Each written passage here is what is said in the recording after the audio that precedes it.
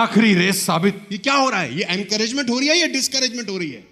Encouragement नहीं हो रही, डिस्करेज किया जा रहा है। और सबसे इंपॉर्टेंट मोमेंट है, रेस अबाउट टू स्टार्ट है और कोई इसको डिस्करेज कर रहा है कि मिल्खा सिंह ये रेस तुम्हारी जिंदगी की आखिरी रेस साबित होती है। यूं पलटता है, दौड़ूंगा भी ऐसे ही, दौड़ूंगा भी ऐसे ही।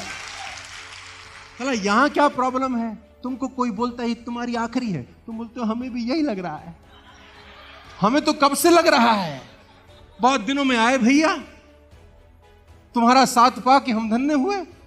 लेकिन नहीं, कोई डिस्करेज करता है तो चमाट मार रहा है वो आदमी जिसका गोल और फोकस बिल्कुल। Ladies and gentleman, raise your standard. Goal पूरा करने के प्रोसेस के अंदर आपको सबसे इंपॉर्टेंट चीज करनी पड़ेगी कि अपना स्टैंडर्ड को उठाना ही पड़ेगा। कोई और रास्ता, आज अगर आप 10 हैं तो कल आपको 11 होना